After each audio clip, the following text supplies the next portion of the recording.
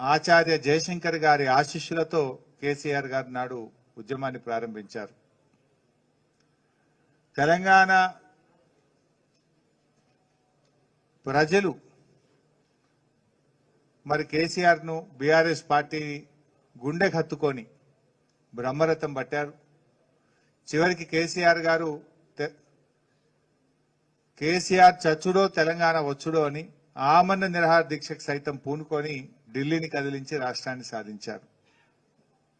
అంతేకాదు 10 సంవత్సరాల పాలనలో రాష్ట్రాన్ని సాధించడమే కాదు 10 ఏళ్ల కేసీఆర్ గారి పాలనలో అద్భుతమైనటువంటి ప్రగతిని దేశానికే దిక్సూచిగా తెలంగాణ రాష్ట్రాన్ని నిలిపి చూపారు.